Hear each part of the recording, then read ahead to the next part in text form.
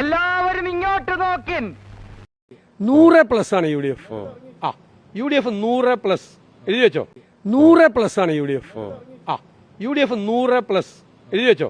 ഇങ്ങനെ എന്തെങ്കിലുമൊക്കെ പറയുമ്പോഴേ എന്റെ മനസ്സിനൊരു സന്തോഷം ഉണ്ടാവുള്ളൂ. അല്ല, അതവർക്ക് 4-ാം തീയതി വരെ പറയാലോ. തോൽക്കാൻ പോകുന്നവർക്ക് 4-ാം തീയതി വരെ വിജയിക്കുമെന്ന് പറയാനുള്ള അവകാശമുണ്ട്. 4-ാം തീയതി ഒരു 12 മണി കഴിയുമ്പോൾ യാഥാർത്ഥ്യം അംഗീകരിക്കേണ്ടി വരും.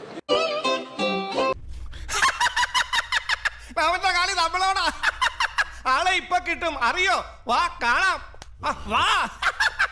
ഞാനും ഷോൺ ജോർജ് കേരള നിയമസഭയിൽ ഇതുവരെ ഇതൊക്കെ പറയാൻ എന്താ പാടില്ല. അയാൾ അവിടെ കിടന്ന് കുരയ്ക്കട്ടെ. കുരയ്ക്കുന്ന പട്ടി കടിക്കില്ല. അത് പട്ടികൾക്കല്ലേ അറിയാവൂ. VD സതീശൻ പറഞ്ഞിട്ടുണ്ടായിരുന്നു 100-ലധികം സീറ്റ് കിട്ടിയിട്ടില്ലെങ്കിൽ വനവാസത്തിന് പോകുന്ന പറഞ്ഞിട്ടുണ്ടായിരുന്നു പുള്ളി. വനവാസത്തിന് പോകാൻ തയ്യാറെടുത്തു. വനവാസത്തിന് തന്നെ പോകേണ്ടി വരും.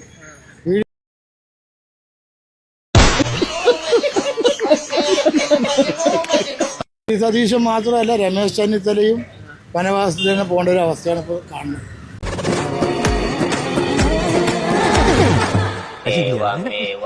പിണറായിയെ വെല്ലുന്ന നേതാവാണോ VD സതീശനും രമേശ് ചെന്നിത്തലൊക്കെ? ഒരിക്കലുമില്ല. ഏറിയ ഒരു 18, ഒരു 20, മുട്ടിപ്പോയ ഒരു 24. കേരളത്തിൽ പിണറായിനെ വെല്ലാവുന്ന ഒരു നേതാവ് കോൺഗ്രസിലും ഇല്ല, വേറെ ഒരു രാഷ്ട്രീയ പാർട്ടിയിലും ഇല്ല.